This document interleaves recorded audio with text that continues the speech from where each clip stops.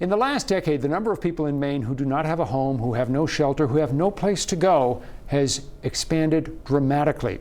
It's an issue that is addressed in a new film called Building Hope.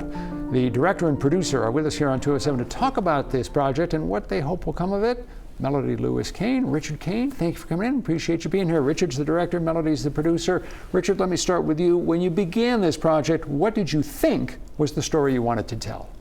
Well, we wanted to tell a story about the people who are experiencing homelessness and give them the opportunity, or give the audience the opportunity, to understand that these are real people and that they're not people just to walk over in the street. How's this place to live? It's freezing, and apparently they're kicking us out on December 15th, and I'd just like to know how people can kick the homeless out of being homeless. My son has substance use addiction, and he's walked these very streets, homeless and cold.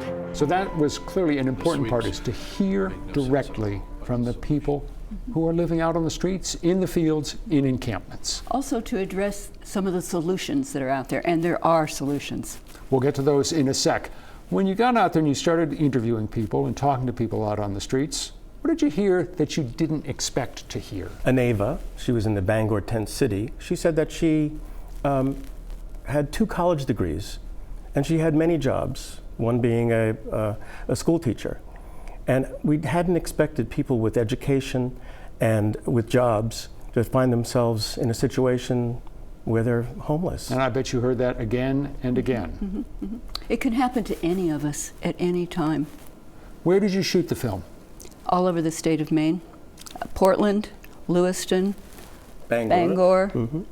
But homelessness is not a problem that is confined to the cities. No. It's people who work in the field helped us understand that it's in the rural areas too. It's just that it's not seen as much there. It can be challenging sometimes to take on a filmmaking project of this sort because people don't want to talk to you. They might be embarrassed, they might be ashamed. Did you find that it was relatively easy or difficult to get people to open up? I think it was easy, because once people who are experiencing homelessness find that somebody is interested in their story, they open right up. The sweeps make no sense at all, but the solution is not to just tear them down, bulldoze them, and assume everything's going to be okay then. Where are people going to go from here today? Into another encampment. And all of a sudden not have a place to live. And none of your friends and family. And I'm all alone. You want to offer some light?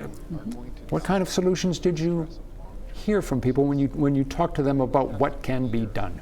Okay, the people in the social who work in the field, who are extremely dedicated. Affordable housing, access to mental and health care, support systems. Supportive housing means getting a roof over someone's head with the services nearby. The other thing is income equality.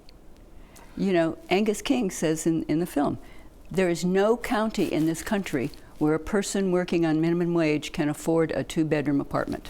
So the solutions are out there, but is the will to put those solutions into effect, is that out there?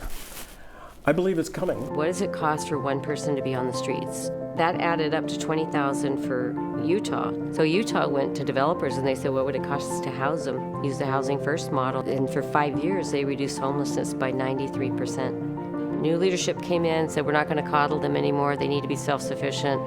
And now Utah is spending millions because people are on the streets. So you sound a bit optimistic after having immersed yourselves in this subject. Did you come away, well, at the end of the project, were you more optimistic or less optimistic than when you began? I was more optimistic, especially because the people that are working in this field here in the state of Maine that we have interacted with are so dedicated. They're so smart. Many of them have been working in this field for years, and so they see the big picture of where things are going and where things can go. Building Hope will be shown at the Portland Museum of Art on December 14th. For information about other screenings and more about the film, head to the 207 section of our New Center Maine app or website.